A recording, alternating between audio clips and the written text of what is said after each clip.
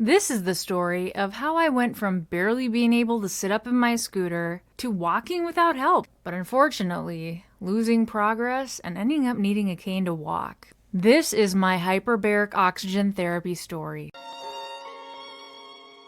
Over the last decade, chronic illness has made my health vanish before my eyes.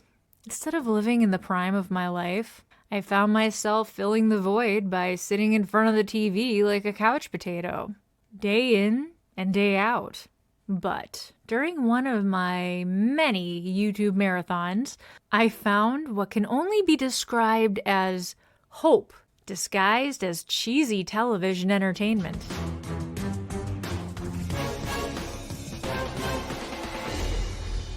Oxygen in a can. Sounds like something right out of Spaceballs, right? Oh, you're right. And when you're right, you're right. Our mission at Boost Oxygen is to make compressed oxygen as available as bottled water. We've all seen supplemental oxygen being utilized by professional football players on the sidelines, by aviators, by mountaineers, and by many other people for many different purposes. The way these guys pitched how their supplemental oxygen was used to rapidly improve symptoms that athletes and people in high elevations had were oddly similar symptoms that people with chronic illness have. Oxygen is the most essential element for the heart, for the brain, and for the muscles to function. This made my ears perk up. Mitochondrial disease such as MECFS, etc., is known to affect how oxygen is used in the body. Right, your mitochondria need oxygen too to create ATP. ATP is your energy. And so that ATP energy from your mitochondria is being used up with all of this inflammation or wound healing or damaged tissue elsewhere, and you tend to have lower ATP, which is why you get so fatigued. Your muscles have no energy, right? It's like you've run a marathon and you've got no ATP left. So Chronic fatiguers know exactly what you're talking about. So I think that you need oxygen to do that as well. So you can become depleted in oxygen. So the oxygen is going to help your mitochondria to make more ATP as well. Wonderful. So that's why it helps the chronic fatigue people, along with treating the source issues. Right. It also helps us make energy. Right. But could the answer to getting back to having a semi-normal life really be sitting in a can of oxygen? I mean, really, were these guys selling real healing gases, or were they just full of hot air? I had to try it and find out for myself. And 2 weeks later, the bottles of Boost Oxygen came in the mail. At this time, I was doing some super duper simple movement exercises that the physical therapist had given me. But the problem was my heart rate was constantly going up so high during exercises, even when I wasn't really doing that much. And when the heart rate went up, my need for oxygen went up a lot too, as I would be just breathing heavily, and I felt like I was drowning. But this time, with my Shark Tank approved bottle of Boost Oxygen in my hand, every time my heart rate went over or around 100 beats a minute, I would stop what I was doing and I would start huffing the oxygen. Luke, I am your father. Now, the weird thing was, before, my heart rate would go down just extremely slowly. But when I was using this can of oxygen, my heart rate went down very quickly back to resting beats per minute. For me, this was unheard of. This is not how my body normally worked. And I would be using my heart rate monitor to watch this happen. I was giddy with shock. I mean, could this really be the answer? Could this really be the answer I was looking for? I had to test this theory even further, which meant I had to bring out the big guns and really shock my body with a large amount of oxygen. Now, through a lot of research, this actually meant using a hyperbaric oxygen chamber with supplemental oxygen. All the research studies I found with chronic fatigue all seem to show brilliant progress as long as you did enough of it, and consistently enough. So I called up all the hyperbaric oxygen clinics near me.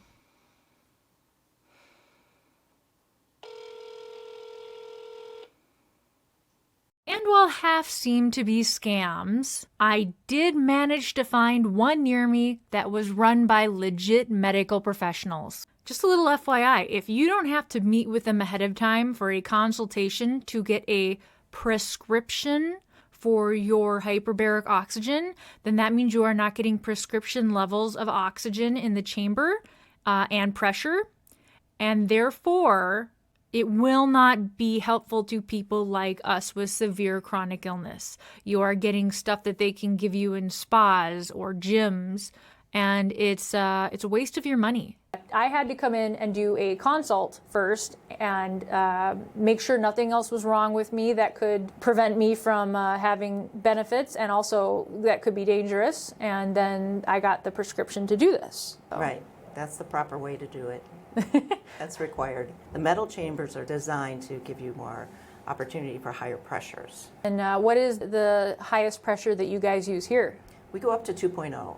2.0 atmospheres? And that's something that, like this, if you go to a spa or a gym that has the blow up, the balloon ones, they don't go up that high. They have to stay at 1.3. 1.3. Yeah. Because anything higher is medical grade then? That's correct, right. And you need a prescription for the higher pressures. The clinic I decided on was the Holland Biomedical Clinic in Minnetonka, Minnesota. They were literally almost the only clinic in the area that wasn't a scam. Hey survivors, today we're going to be talking hyperbaric oxygen chamber therapy, and we're going to be talking to the great Dr. Ann Kelly, who is here with me. She has a background of being a pediatrician, a scientist, and a functional medicine practitioner with 20 years of combined clinical experience. So she's worked with some pretty complex healthcare conditions, so she is uniquely experienced to be helping people like us and to be explaining how this works. I'm thrilled to be here and help you and support you on your journey. It's been wonderful having you in clinic, and so when you asked me to do this, I thought, absolutely. I really appreciate it because this is something that it's hard to find research on and it's hard to find accurate information on. By the way, I really got to make it known here. I was not sponsored, paid, given freebies, nothing by Holland Biomedical for any of this. I paid for all of it with my own money so that I could give you guys an honest review. And honestly, I was lucky enough that my family decided to pitch in to help me pay for the almost $4,000 treatment for 40 sessions. So then what is the recommended amount of sessions then usually, and how often should they be done? The typical sessions are 40 sessions, like 5 days a week for 40 sessions. Oh. There are some conditions that respond faster. Maybe you've got a surgical knee repair, and maybe just 5 sessions to 10 sessions. Just 5 to 10. Can be beneficial for some people and help them recover and heal faster. But for more serious conditions like yours, and I think your group, 40 sessions is probably going to be the minimum. The minimum is 40. Mm-hmm. And Okay. sometimes you take a break and you do another round of the 40. Session 1 of 40. So when I first went in for my first session, it was really hard for me to get in there, to be upright at all, to be doing anything. I was so bad at that point. But that's actually what made me do this, is I was declining so fast that hyperbaric oxygen therapy just seemed like it was my last hope. So when you go into the back room, you see 2 giant metal cylindrical tubes. They kind of seem really alien and weird, but this is in fact the hyperbaric oxygen chamber. Now you might confuse these for iron lungs, but I guarantee you they're not. Well, they're kind of different and they're kind of the same. This is called an iron lung. Specifically, it's an Emerson negative pressure ventilator. This iron lung machine is designed to assist breathing and replicate what the body naturally does during breathing. The pressure can be adjusted to the individual so that it goes up and then it goes down, effectively making you breathe artificially. By the way, thank you so much to the Mutter Museum for giving me permission, sort of in their comments, to use this clip, just so I could make it extra clear that these are not iron lungs. So how the treatment works is you kind of clumsily, if you're me, fall into the tube, sit down, get comfortable, you put on your oxygen mask with supplemental oxygen, and again, prescription grade oxygen, and the hyperbaric tech will give you some blankets if you want them. He'll give you a radio so you can call if you have any issues, and then they'll seal you in. Now I know, I can already hear you guys stopping me. Those of you who have any kind of claustrophobia are panicking right now. You're asking me, but Rachel, how big is the tube? I gotta know this. I gotta know if I can handle this. I'll show you. The tube I went in is actually really big, as you can see with the video. And they do a lot of people who do have claustrophobia, although not to an extreme extent. It really depends on what you can handle. And when it's decompressing, it's also really loud. It's not quite like an MRI machine loud, but it's pretty loud as it's decompressing, forcing I don't know what out of it to make the pressure go up. And the decompressing itself is kind of like when you're going up or down in an airplane. If you have ear problems, yeah, you're going to feel some discomfort. So they shut the door and you start coming under pressure until you get to the full pressure. Sounds like they just lowered it. Coming under pressure feels a lot like when you're on an airplane. The pressure, your ears start popping, you start feeling pressure all over. So you want to do that chewing gum, swallowing kind of thing to relieve that. Another thing you can do if it starts getting painful, if all else doesn't work, what works for me is you take in a little breath, plug your nose, and then blow a little bit into your nose. Just a little bit though. Do not do this with any force. That, I don't know, fixes the pressure in my ear and makes it not hurt anymore. That's something I learned when I was a little kid on the airplanes. But yeah, do not blow with any force.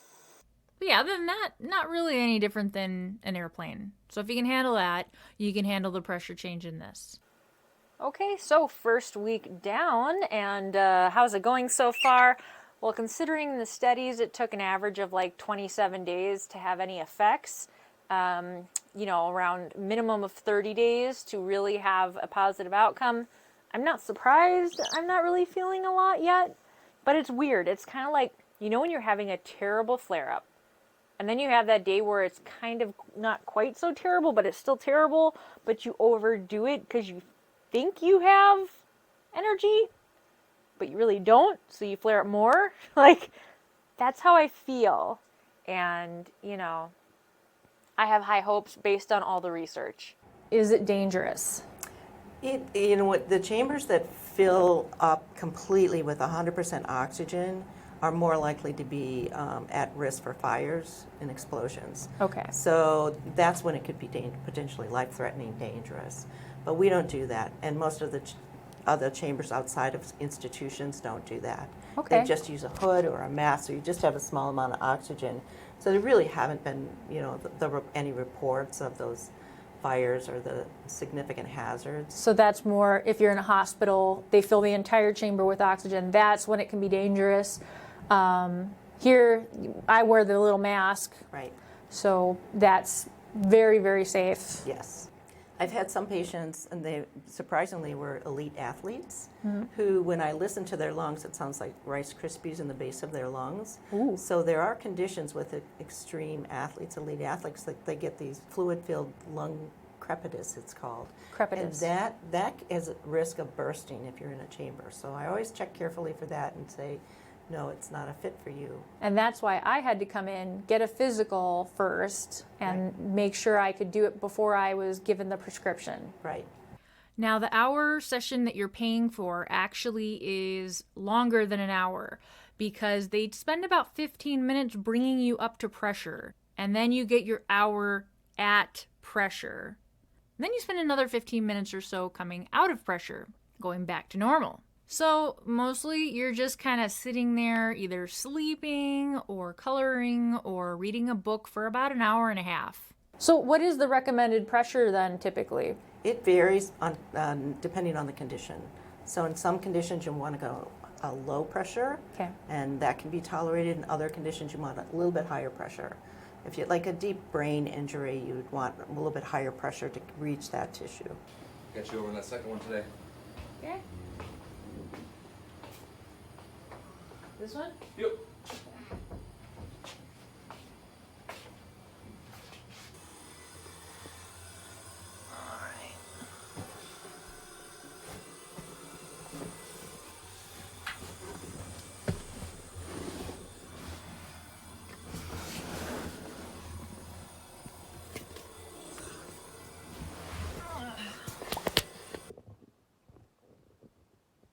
Ready to go? Yep. Perfect.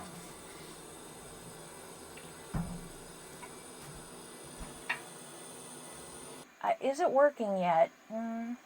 They say you usually don't see anything dramatic until around your 20th session. So it's only been 12, first of all. But,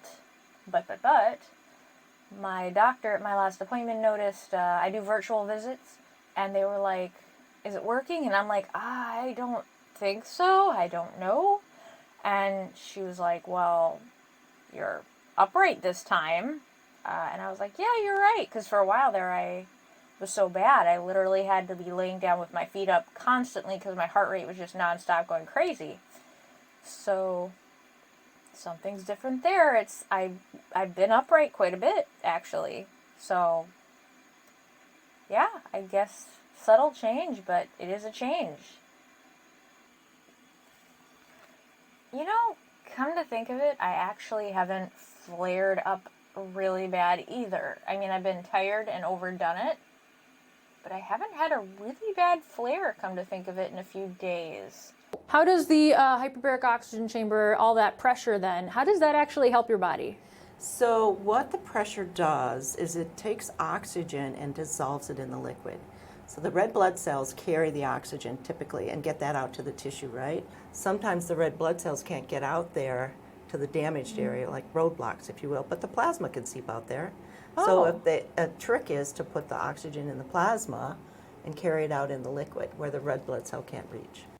I couldn't believe it. I was slowly but surely getting better and better with every appointment. A few weeks in, I was even able to start walking places. And for whatever reason, the oxygen sessions gave me a really large appetite. I was always starving after them. And unfortunately, this and my newfound mobility led to my first downfall with the hyperbaric oxygen treatment. I mean, my foodie husband was more than excited to start taking me out to lunches after these sessions. He was so happy we could finally go out. And this was actually really great. This was fun. Until I got glutened by a supposedly gluten-safe restaurant. Gotta love when that happens. And we had even been there before, and it was fine. But you know when you get that server that doesn't believe celiac's a thing? You know when you get... I know, it makes me mad too. And they like to test their allergy by giving them the wrong items. I am severely sensitive to gluten. Severely. It literally takes me over a month to recover from one glutening. I don't think the glutening alone caused me to go down as hard as I did. I got glutened and I was doing way too much because I had been feeling better. This caused the perfect storm in my body and caused me to go into a massive flare-up. And unfortunately, this basically set all my progress I had made with hyperbaric oxygen therapy literally pretty much go back to start. I suddenly couldn't walk again. I suddenly was having all the digestion problems again. All the things that had gotten better were back. It was almost as if I hadn't done the treatment at all. But luckily, and thank God, all this happened only halfway through my sessions. So after that, I was very careful, very slow, very methodical, and paced myself to get myself back to where I had been before I got glutened. And the weird thing was the detox period. The HERX reaction after getting glutened was awful. Detoxing your gut, especially while doing oxygen treatments, can be a really uncomfortable experience. So the oxygen acts a bit like hydrogen peroxide in the gut and can kill bacteria and yeast overgrowth, things like that. Those things die off and they release their toxins. And those toxins can cause another reaction in your body, like a Herxheimer reaction, or people call it the die-off reaction, where you're feeling like you flu-like illness and you're feeling really sick. It's like suddenly getting a big forest fire. And that forest fire is going to damage healthy tissue. So we want to simmer that down. We want to protect the healthy tissue and not let that allow that to continue. So Very important then, you're having severe detox reactions, severe side effects, speak up, talk to your doctor, let them know, because that can actually make things worse. Correct. Okay. Take a break. Sometimes I'll have them take a break and then we go back slower. I'll add in things like binders. Might add in more antioxidants, things to help put out that flame. I mean, I really appreciate you taking the time and helping explain this to those of us that are curious about it and are wondering if it's worth the money, worth the energy to get there. Well, thank you, Rachel. I was thrilled to do this with you. So this is my 40th session in the hyperbaric oxygen chamber. I am going to take a break and do another 40 due to reasons of flaring up constantly and slowing my own progress. So I'm going to do another 40 after a break. So was spending the time, money, and energy on doing hyperbaric oxygen therapy worth it? That's a bit of a tricky question. Because here's what I did. The first sessions healed me so much, brought me from barely being able to sit up straight to walking again, and most of the time without a cane, that success was just too good to ignore. So I begged my family for money and got another 40 session package.